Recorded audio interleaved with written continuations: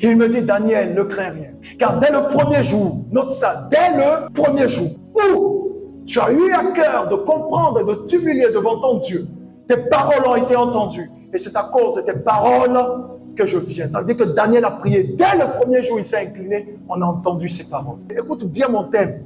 Mon thème dit ceci, crois en ta prière. Le problème, c'est que vous croyez en la prière du prophète, mais vous ne croyez pas vous-même en votre prière.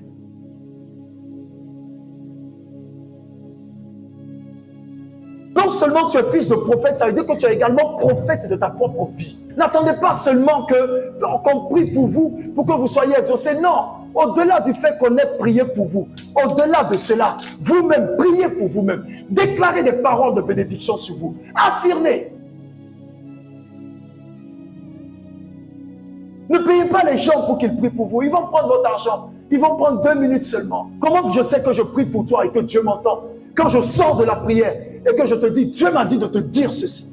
La majorité des gens qui sont ici, je suis souvent venu vous dire que Dieu m'a dit de te dire ceci. C'est parce que j'étais en prière et il m'a donné un message pour toi. Arrivé à ton nom, il me dit voici. Souvent quand j'arrive sur certains noms, il ne dit rien. Pas parce qu'il n'a pas envie de parler. S'il n'y a rien à dire, Dieu n'est pas un bavard. Mais souvent, 2 semaines plus tard, il va dire, dis à la personne de faire ceci, faire cela. C'est la preuve qu'il y a une prière qui se fait dans le secret. Mais après avoir reçu la parole, qu'est-ce que tu fais de ça?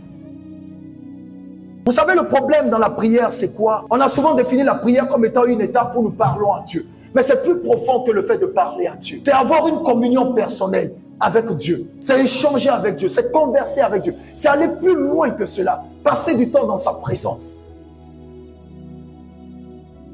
Et à chaque fois que vous priez, et pendant que vous avez commencé à prier, ou que vous êtes en train de prier, vous êtes pressé de finir la prière, c'est que ce n'est pas à Dieu que vous parlez. Vous êtes encore dans la dimension de la chair. Dieu est esprit. Et quand on est dans la dimension de l'esprit, quand vous avez les dons spirituels, et que le Saint-Esprit, vous êtes dans la prière, il y a une chose très importante. Vous ne voyez même pas, vous ne sentez même pas le temps passer dans la présence de Dieu. Et chaque fois que je rentre en prière, je ne sors jamais de ma prière si Dieu ne m'a pas dit quelque chose.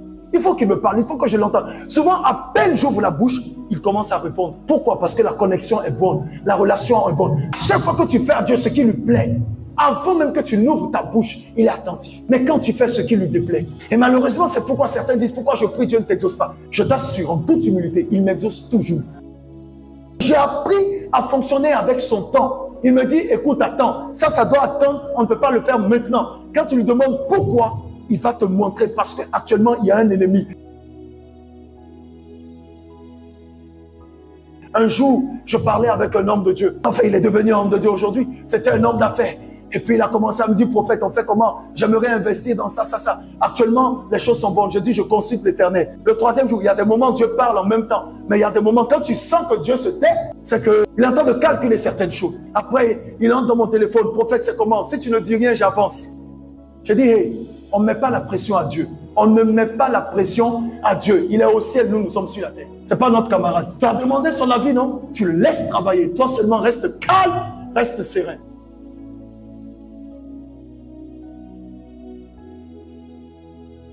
Quel que soit le problème, je suis tranquille. Je ne suis jamais agité. Je sais en qui j'ai cru. Ça s'appelle la foi. Ça peut être grave n'importe comment. Mon Père est au contrôle de chaque situation. Vous savez, il faut savoir écouter la voix de Dieu. Et c'est là où beaucoup d'enfants de Dieu échouent. Parce que souvent, ce que Dieu nous dit, ça ne nous plaît pas, en fait. Justement, si tu le consultes, tu n'es pas... Et tu l'as consulté pour avoir son avis, non? Maintenant, permets-lui de te donner son avis. Pourquoi, quand il te dit ne fais pas, tu fais? Maintenant, quand ça commence à devenir chaud, tu veux qu'il réponde vite. Maintenant, c'est gâté, c'est devenu compliqué. Tout le monde est en train de te lâcher, tu as des séries de problèmes. Et maintenant, tu te plains pourquoi Dieu ne répond pas vite. Tu sais ce qu'il va faire. Il va te laisser stresser la nuit. Quitter ton matelas, dormir sous ton lit. En fait, le problème avec Dieu, c'est quoi? Quand il te dit ne fais pas et que tu vas faire, tu restes son enfant. Mais les conséquences, mon ami, tu vas assumer. Beaucoup viennent pour la prière quand c'est gâté. Mais tu vas te rendre compte qu'au début, on t'a dit ne fais pas. Mais tu es parti faire, tu as vu que c'était bon. Oh non, si j'avais suivi le prophète, peut-être je n'allais pas acheter cette voiture, machin. Ok, mais la voiture, ce que ça va te donner comme tourment, tu vas parler en langue. Il faut savoir écouter Dieu. Si vous ne pouvez pas écouter Dieu, s'il vous plaît, ne le servez pas, ne le suivez pas, soyez des athées. Mais si vous voulez aller loin dans votre vie, je vous en supplie, écoutez Dieu et gagnez du temps. Vous êtes nombreux ici, faites le calcul, vous allez voir. Je vais choquer des consciences, je suis dans le prophétique.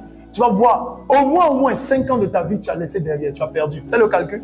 D'autres 3 ans, d'autres 10 ans. Maintenant, ça va continuer comme ça jusqu'à quand? Mais Dieu nous permet de rattraper les retards à une condition. Il faut qu'on écoute sa voix.